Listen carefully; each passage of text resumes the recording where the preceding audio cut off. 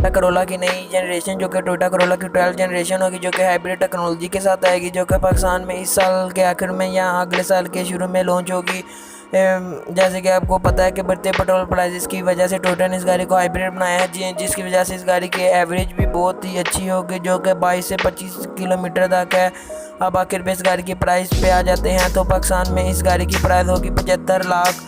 तो देखते हैं कि ये गाड़ी भी टोयोटा की बाकी कारों की तरह कामयाब हो सकती है या नहीं।